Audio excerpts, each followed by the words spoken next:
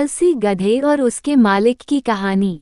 पुराने समय में नमक का एक व्यापारी गांव में रहता था। उसके पास एक गधा था। रोज सुबह वह गधे पर नमक की बोरियां लादकर आसपास के गांवों में बेचने के लिए जाता था। रास्ते में एक नदी भी थी और उस एक पुल बना हुआ था। व्यापारी उसी पुल से गधे को लेकर व्यापार के लिए दूसरे गांव में जाता। एक दिन वह अपने गधे के साथ नमक लेकर जा रहा था। पुल पर पहुंचकर गधे का पैर फिसल गया और वह नदी में गिर गया।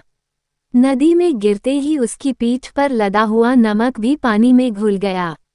गधे की पीठ पर रखा वजन कम हो गया तो गधे को बहुत राहत मिल गई। उसने सोचा कि ये तो बहुत अच्छा हुआ, अब मुझे ज्यादा वजन नहीं उठाना पड़ेगा। नमक घुलने की वजह से व्यापारी अपने घर लौट आया और पूरे दिन गधे को आराम मिल गया।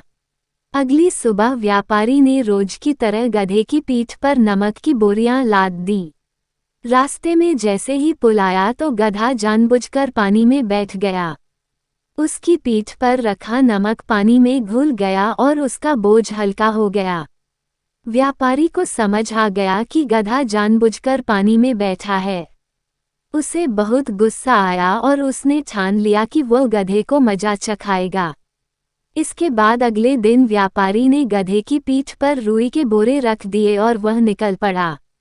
रास्ते में जैसे ही नदी आई तो गधा बिना सोचे समझे फिर से नदी में बैठ गया। नदी में बैठते ही रुई गीली हो गई और उसका वजन बढ़ गया। अब उसे कई गुना अधिक वजन उठाना पड़ रहा था। उस दिन गधे ने सोच लिया कि आगे से वह ऐसा नहीं करेगा।